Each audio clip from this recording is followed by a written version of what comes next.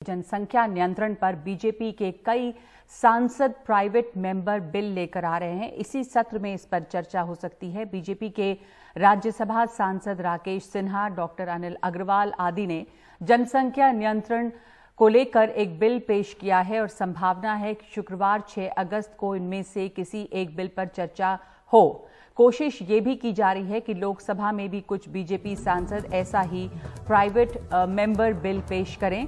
वैसे राज्यसभा में बीजेपी को बहुमत नहीं है और उसे कुछ विपक्षी दलों के साथ की जरूरत पड़ेगी, लेकिन इससे पहले ही साथी दल के नेता नीतीश कुमार ने यह कहकर बीजेपी की परेशानी बढ़ा दी है कि कानून बनाने से कुछ नहीं होगा।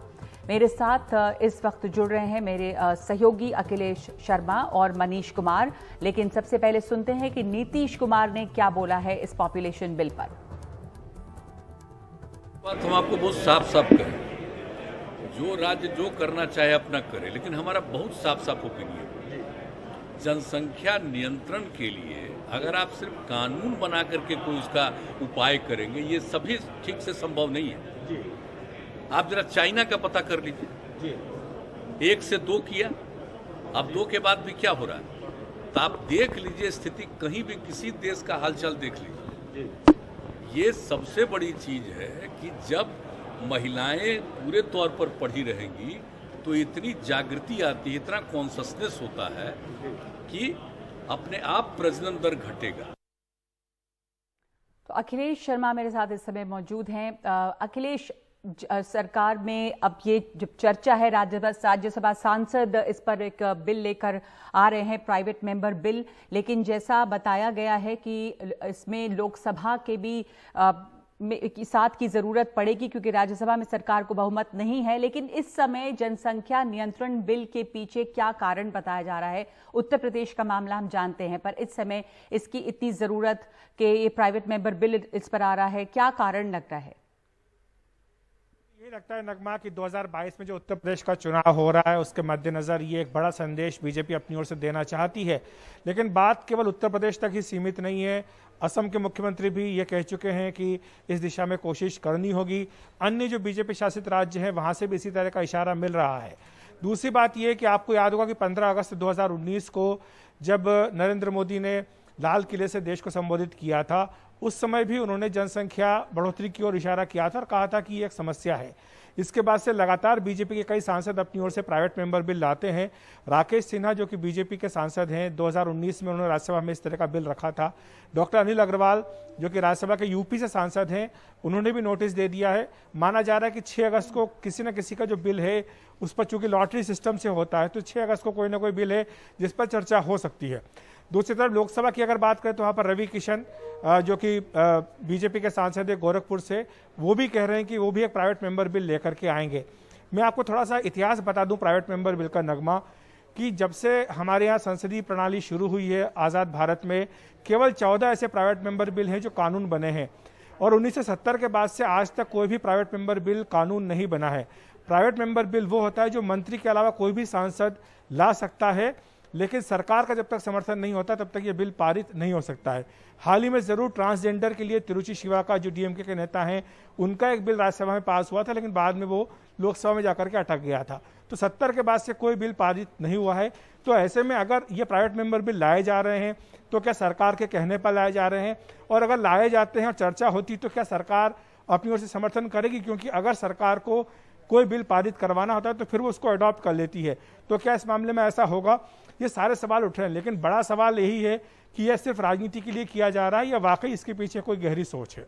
जी, मनीष भी हमारे साथ जुटे हैं। ये सिर्फ राजनीति के लिए हो रहा है या इसके पीछे कोई गहरी सोच है? नीतीश कुमार ने पहले इसके ऊपर अपनी आपत्ति जता दी है मनीष, और कहा है कि सिर्फ कानून लाने से कुछ नहीं होगा। ये इस समय क्यों किया जा रहा है? ये प्राइवेट मेंबर बिल इतने सारे लोग लेकर क्यों आ रही है? तमाम सवाल यहाँ पर उठ रहे हैं, पर नीतीश कुमार का जो रुख है उस पर आपकी क्या समझ और आपका क्या आकलन है?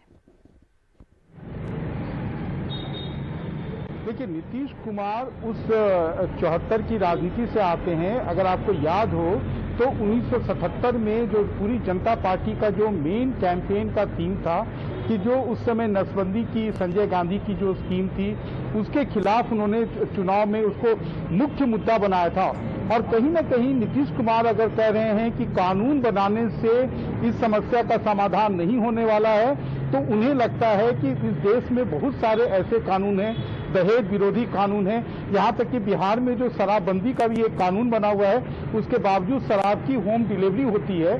तो उन्हें लगता है कि जब तक आप महिलाओं को शिक्षित नहीं करेंगे तब तक शायद इस समस्या का समाधान नहीं होगा। इसलिए उन्होंने एक तरह से अपना एक अलग सुर जो है वो हो सकता है कि वो राजनीति, क्योंकि उन लोगों की पूरी राजनीति जो थी वो नसबंदी या जो जबरदस्ती जो जनसंख्या नियंत्रण के जो उस समय 70 के दशक में कदम उठाए गए थे उसके खिलाफ था।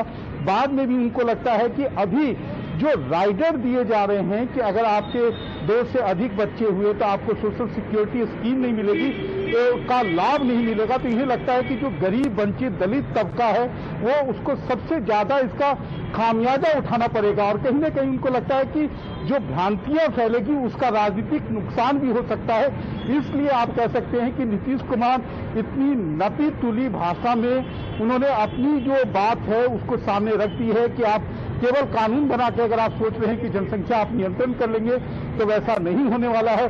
साथ ही साथ उन्होंने समाधान भी दिया है कि जब तक आप महिलाओं को शिक्षित नहीं करते हैं तब तक शायद प्रजनन दर पर आप काबू नहीं पा सकते हैं। नगमा जी, तो सबसे, अगर ये राजनीति है या इसके पीछे कोई गहरी सोच है, इस पर सवाल उठ रहा है, और अगर ये राजनीति है तो इससे क्या हासिल होना है? क्या सरकार इस प्राइवेट मेंबर बिल का समर्थन करेगी? उत्तर प्रदेश में हमने पहले ही देखा कि ऐसा विधेयक लाया जा रहा है, उसके कानून बनने की बात है, और इस समय ये प्राइवेट मेंबर बिल लाकर अगर जनसंख्या नियंत्रण के कानून बनाने की बात हो रही है और इसके पीछे राजनीति है, तो नीतीश कुमार ने ये साफ कर दिया है कि वो इस राजनीति के साथ नहीं है। यानी कि एक सहयोगी साथी दल जो है नीतीश कुमार का, वो पहले ही सरकार के खिलाफ है। तो अगर लोकसभा में भी सरकार को इस पर दूसरे दलों के समर्थन की जरूरत पड़ती है तो वहां पर मुश्किल हो सकती है। जनसंख्या नियंत्रण की हम बात कर रहे हैं। धन्यवाद अखिलेश और मनीषा आपका।